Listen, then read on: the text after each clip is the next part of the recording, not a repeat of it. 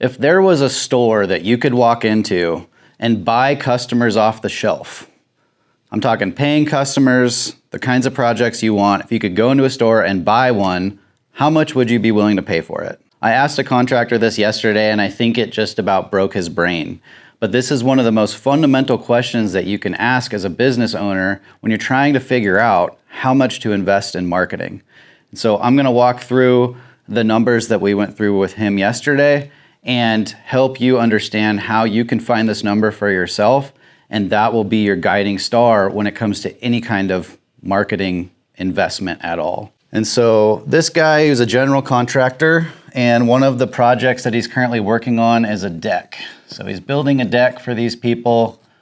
The price tag on this project was $25,000, and I asked him how much of that he gets to keep, and he said about $8,000, which is around a 25% profit margin. So he sold a project, he charged $25,000, it's a deck job. After he builds the deck, at the end of the day, he gets to keep $8,000. And so I asked him, I was like, okay, so to get a project like that, how much would you be willing to spend? And he didn't know how to answer. And it's really common, this pattern that I saw in him, where his answer was, well, I don't know how much this stuff should cost. And it's a common thought trap to fall into, where someone asks you something like, how much are you willing, what's your budget for marketing? And you're like, oh, well, I don't know how much marketing should cost. But you can still answer that question. And so I asked him, I was like, okay, well, what if it cost you $2,000 to get that customer? So $2,000, you make $8,000, but after you minus a $2,000, you're left with $6,000. So the right is how much he keeps, and this is how much it costs to get that customer. So I was like, okay, would you pay $2,000? And he thought about it for a minute, and he's like, yeah, I think I'd pay $2,000. And I think I would too. If I could pay $2,000 to make $6,000, that's a triple of my money. I think I would do that. And I was like, okay, well, what about $3,000? And that means you'd be left with $5,000. And he thought about it for a minute, and he's like, yeah, I think I'd do $3,000. And I was like, okay, well, what about $4,000? So he spends $4,000 to get the customer, and he's left with $4,000. And that's where he hesitated. He's like, I don't know if that would be quite worth it. And so right there would be his line. If he could just go buy customers that were $25,000 deck jobs, he'd be willing to spend up to $3,000 to get that customer. It's a really good thing to know.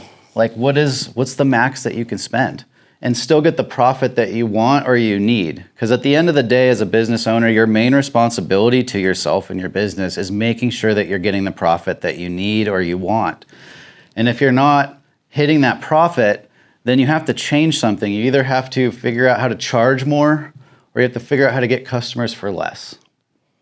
So this was a really simplified equation, but he's like, well, not all of my projects are $25,000 deck jobs.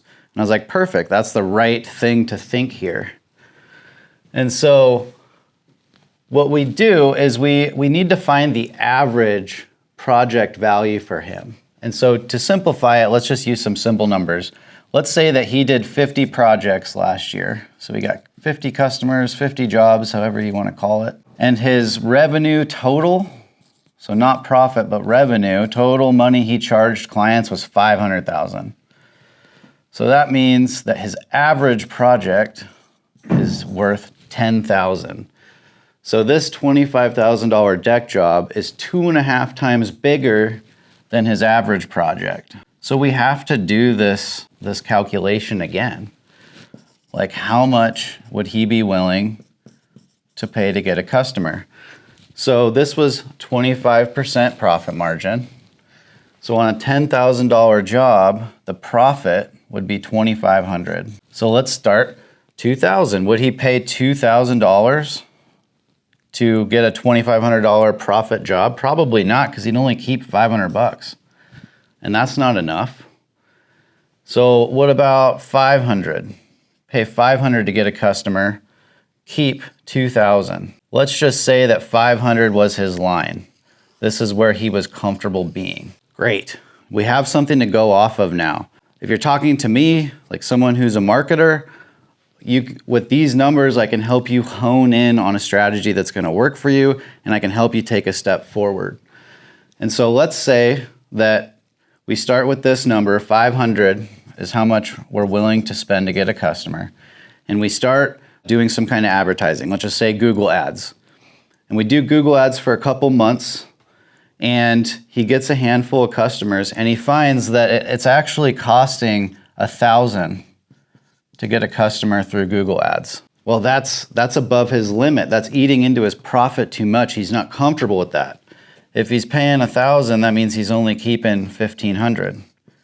And he's determined for himself that in his company, that isn't enough profit to make it worth his time.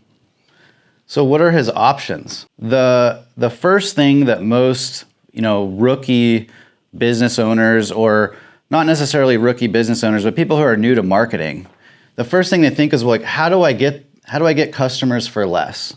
How can I figure out how to get customers for 500 instead of 1,000?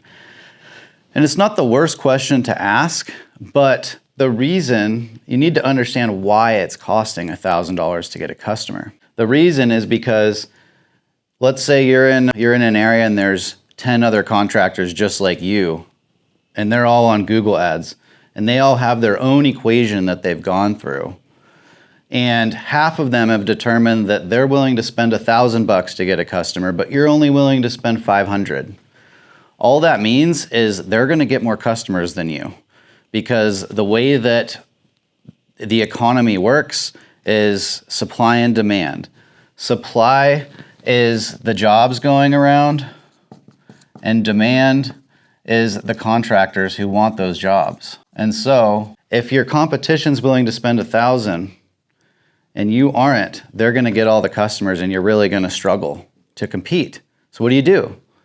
Well, you raise your prices $500 and make it so you're comfortable with $1,000 customer acquisition cost. And so instead of this $10,000 job, you just charge $10,500, and you do this across the board, and you make it so you're comfortable spending $1,000, but you still make your $2,000 profit. And that's the name of the game. You literally go through this cycle and do this all the way up. And the people who win at this are the people who flip that question upside down of, how do I get leads for less, or how do I get customers for less? And they say, how can I afford to spend more to get a customer? Because let's say you do this for a while, and you figure out, you up your prices $500, and then you figure out that nobody has any problem paying $10,500 instead of $10,000. So then you go ahead and just make that $11,000. And now you turn around and say, I'm willing to spend $1,500 to get a customer, but all your competitors are still back at $1,000. Now you're able to get more customers than all of them. And that is the name of the game with any kind of marketing you do. And it all starts with you figuring out, how much are you willing to spend to get a customer?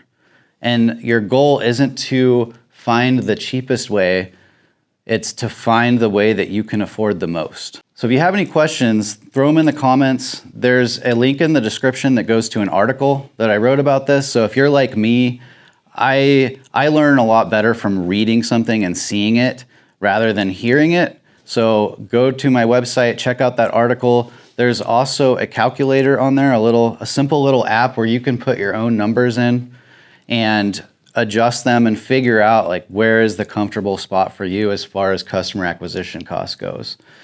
So if you're still not sure about this stuff, listen to this again. This could be one of the most important concepts that you understand when it comes to business and marketing, because if you can really nail this, it's going to free you up to get out of this zone where you're trying to find the cheapest way all the time, and you're able to actually get all the customers that you want by just changing a couple of these numbers around and really being able to pour gas on the fire. So listen to this again, go check out that article, let me know what you think in the comments, and thanks for watching.